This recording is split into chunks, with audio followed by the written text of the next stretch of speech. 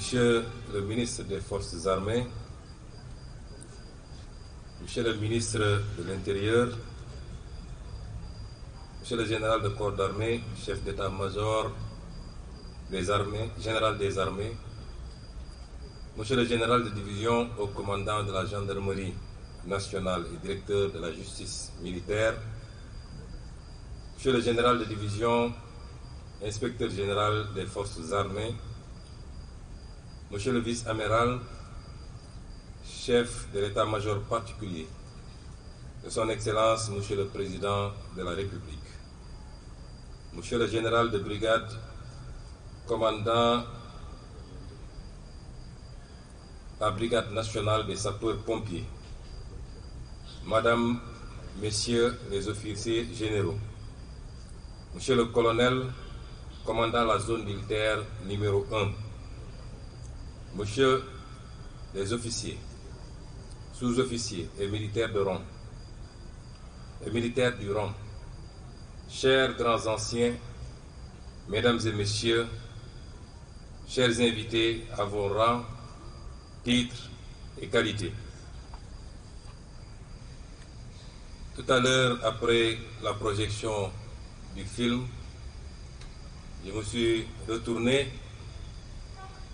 vers Monsieur le Semga pour lui poser la question de savoir est-ce que ce film serait projeté à la télévision nationale et dans tous les autres médiums.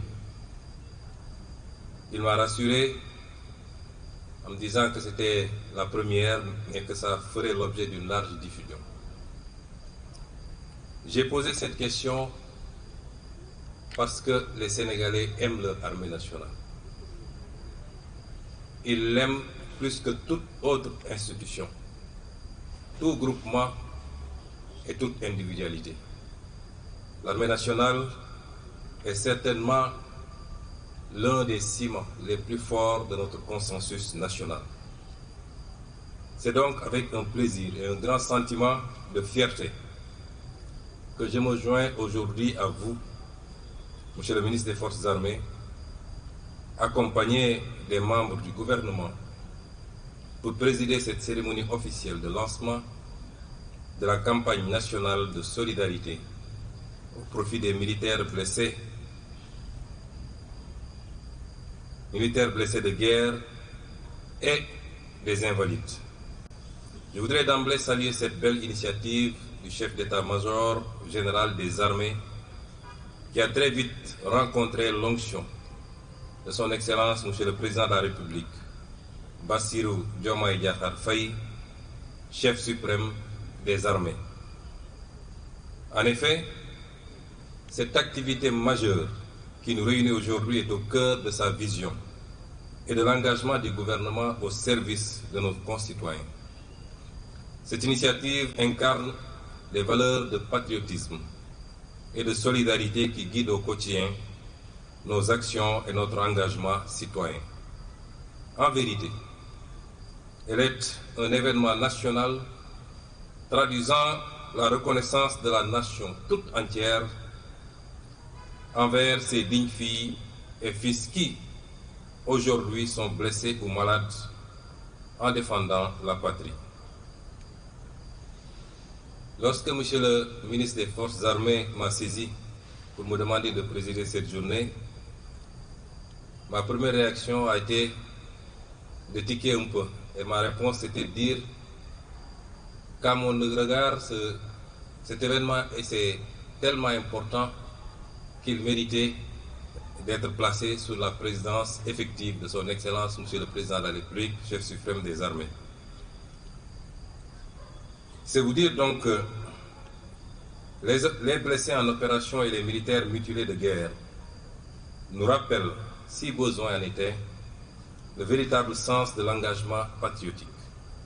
Ils ravivent la mémoire de nos compatriotes, issus de toutes les forces de défense et de sécurité, tombés au champ de l'honneur pour la souveraineté de notre pays, sa sécurité et la protection des populations et de leurs biens. Je m'incline donc pieusement devant leur mémoire et réitère toute ma compassion à leur famille. Partout où ils reposent, que la miséricorde du Seigneur les accompagne.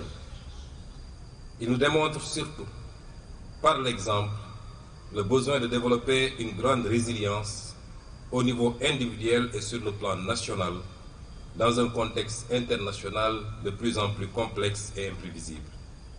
À ce titre, je rends un vibrant hommage à nos forces de défense et de sécurité pour leur engagement sans faille, en tout temps et en tout lieu, auprès des populations, afin d'assurer la défense de notre territoire national, et ceci au prix de leur vie. Pour cette raison, je voudrais ici les citer en exemple pour notre jeunesse. Ma présence parmi vous montre à suffisance la volonté du chef suprême des armées et du gouvernement d'être davantage plus près de ses filles et fils de la nation et de leurs familles. Je salue l'effort au quotidien des armées dont les actions viennent s'adjoindre aux mesures déjà prises par le gouvernement pour la revalorisation des pensions d'invalidité, la modernisation du mécanisme de la prise en charge médicale et l'octroi de logements pour les décédés en opération. Au demeurant, cette nouvelle initiative offre à ces valeureux djambars l'opportunité de poursuivre leur contribution au développement économique et social de notre pays. C'est pourquoi je me félicite de l'approche transparente et pragmatique d'identification de projets structurants par les concernés eux-mêmes en relation avec les experts de l'Agence pour la réinsertion sociale des militaires. Dans cette perspective, je vous invite, chers djambars, à vous organiser autour d'une entité fédératrice et à vous engager pour un emploi optimal des ressources qui seront mobilisées. Au-delà de l'autonomie procurée, cette démarche vous offre l'opportunité de vous insérer dans l'environnement économique actuel et à jouer votre rôle en parfaite harmonie avec les initiatives gouvernementales. Je puis vous assurer du soutien indéfectible du chef suprême des armées et à tous les services du gouvernement dans la mise en œuvre de cette belle initiative. Au-delà de la volonté du Dello Djukal, signe de reconnaissance des sacrifices que vous avez consentis, cet élan de solidarité est une manifestation de la communion armée-nation, notion très chère à son Excellence le Président de la République. Et les armées auront constaté que depuis l'avènement de son Excellence à la magistrature suprême, rien quasiment ne se fait dans ce pays sans l'implication directe des armées. Une valeur cardinale traduisant toute la fierté de nos compatriotes pour le professionnalisme de leur armée et qui constitue un véritable levier de construction citoyenne. Ainsi, j'invite tous nos compatriotes, en commençant par les membres du gouvernement et tous ceux qui sont investis d'une responsabilité, à se joindre aux armées pour soutenir nos djambars frappés d'invalidité dans le financement de projets viables et durables. Je réitère mes félicitations et encouragements au ministre des Forces armées, au chef d'état-major général des armées et à tous les acteurs impliqués dans l'organisation de cet événement important.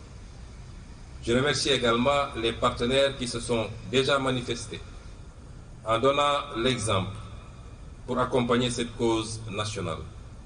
Sur ce, tout en vous souhaitant un succès éclatant, je déclare ouverte la campagne nationale de solidarité Dello Djukal aux militaires blessés en opération et mutilés de guerre. Soyons tous solidaires de nos djambars. Je vous remercie de votre aimable attention. On nous tue, on ne nous déshonore pas.